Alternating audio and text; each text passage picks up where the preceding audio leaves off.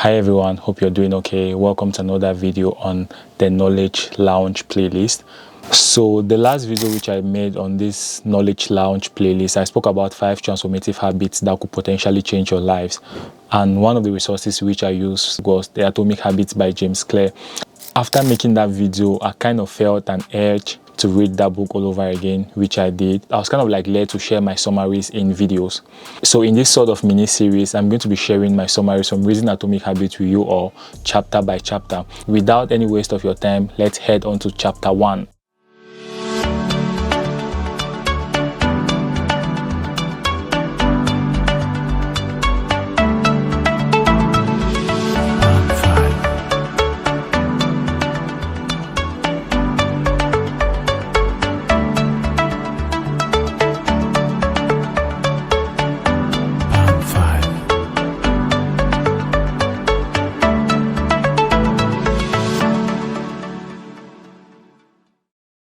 I really had a good time reading this book again, and I would say the overall summary of this book is: change that seems small and unimportant at first will compound into remarkable results if you will stick with them for years. So the very first chapter of this book is titled The Surprising Power of Atomic Habits. So most often as humans, when we want to create some change in our life, we are tempted to take big, massive, huge leaps at the very beginning. Like we try to do too much too soon, but that's a recipe of disaster, right? Because most often these very big actions are not sustainable. We cannot keep up to them in the long run.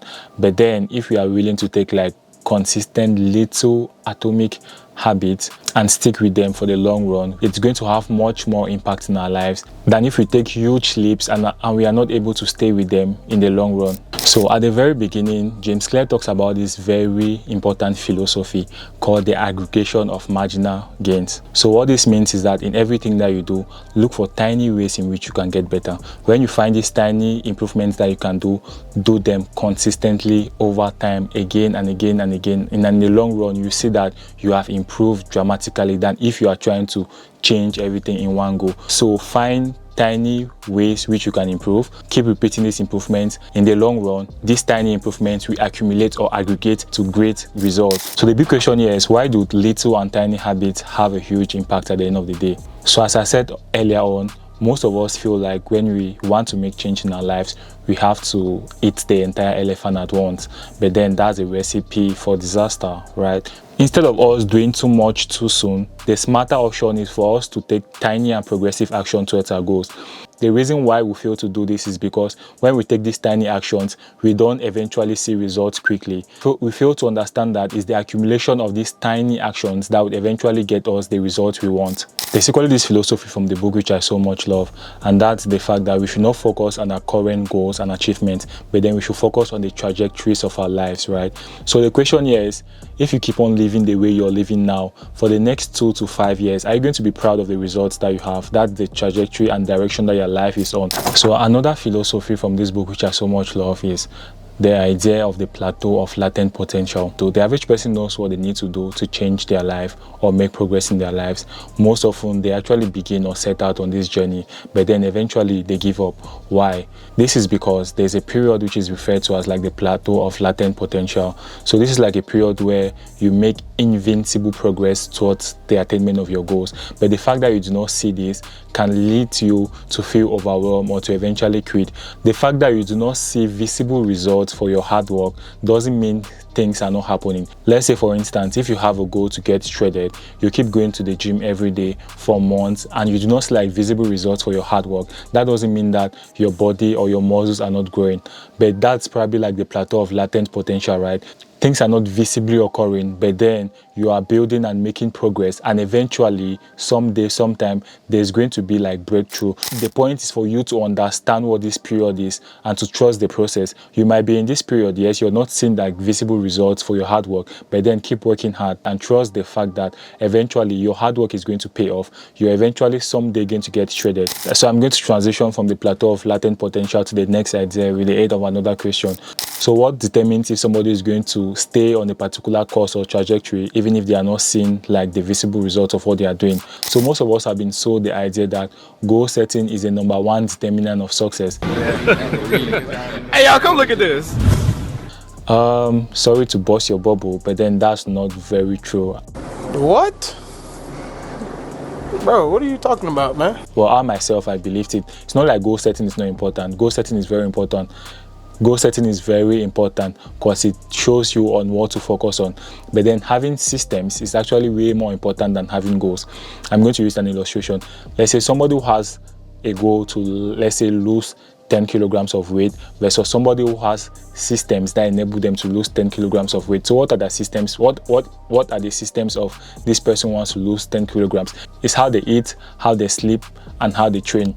Bringing the two back together, somebody who has the goal to lose 10 kg versus somebody who has the system of losing 10 kg. The person who has the system is definitely better off than the person who has the goal. Even if this person with the system totally ignores the goal, at the end of the day, they will eventually get there without having in mind that they are getting there. The advantage of, or the good side of goal setting is that goal setting gives you a direction, but then that's not it. At the end of the day, you have to have systems for whatever goal you want to achieve. I mean, that's the difference between people who achieve their goals and people who don't. Those who do achieve their goals have systems to attain these goals, but then it doesn't mean that goal setting is like the paramount determinant of those who make it for whatever they are aiming for. Everybody has goals, right? The difference between people who achieve their goals and those who don't achieve it is not the lack of goals. Everybody has goals. So we're going to talk about like the advantages or how systems are superior to goals, right? First of all, as I already said, everybody has goals. The difference between the person who achieves their goals and the person who doesn't achieve the goals is not the lack of goals, is the person who has the more effective and efficient systems that automatically achieves the goals. That's one of the reasons why having systems is more important than having goals. Secondly, goal setting makes you focus on the results, but at the end of the day, the results are not the problems, but it's the lifestyle or your habits that are the problem. So let's go back to our example of losing 10 kg. The person who wants to lose 10 kg and set the goal, that's not the problem, right? The problem is their lifestyle, the habits, how they eat, how they sleep, and if they train or not, right? So if you have to focus on this thing and totally ignore the goal, like focus on changing your lifestyle versus ignoring the goal of losing 10 kg, the person who focuses on the lifestyle change will definitely attain the goal. It's true, like having that goal is going to, show you on what to focus on, but even if you don't have the goal of losing 10 kg, wait a minute, 10 kg,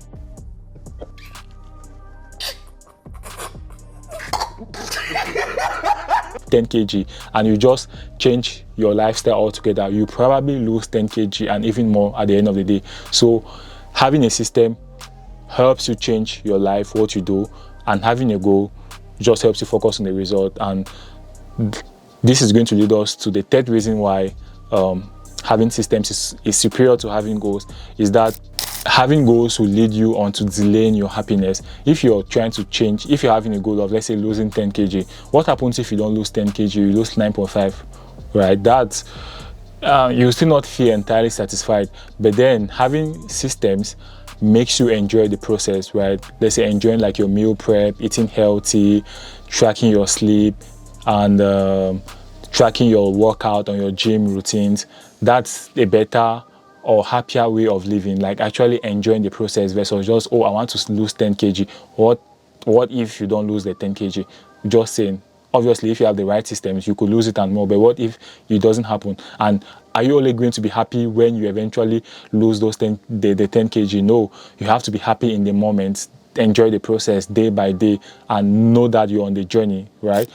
And equally, goal setting is like a short-term gain. Like, okay, what happens when you automatically lose the 10 kg? Do you stop doing whatever you're doing? No, but then having systems or focusing on your systems or your lifestyle helps you to enjoy the journey. You live for the long run. And as I equally said, like, goal setting is like a short-term game, but then system design is like a lifetime game, right? You're changing like your lifestyle and you're enjoying the process versus just, well, okay, what happens when you eventually lose like the 10 kg? Do you stop training? Do you stop eating healthy? I don't know, probably like you set another goal of losing 5 kg, but the superiority of having systems is that it's like a whole life. It's like a lifestyle that you're having, and you do this every day, every other day, even if you achieve the goal or not. It's how you are and it's how you live. Have goals, yes, but then your focus should not be on the goals but on the systems. It's how you live your life every other day that first of all determines if you achieve those goals or not, but then equally enabling that you enjoy the process of attaining those goals. Goal achievement shouldn't be a struggle, but it should be how you live your life. It is who you are, or it is who you become versus what you want to get. It is who you are versus what you want to achieve at the end of the day. Are you living, are you expressing yourself, or you're just wanting to attain something? What happens when you eventually attain the thing? Do you just stop living? No. So have systems, guys. And remember, you do not rise to the level of your goals, you fall to the level of your systems. That will be all for summary of chapter 1. Hope you enjoyed it, and if you did, please give this video a thumbs up, share with somebody, and smash that notification bell so you get the notification when the following chapters are eventually uploaded. See you in the next chapter. Peace out.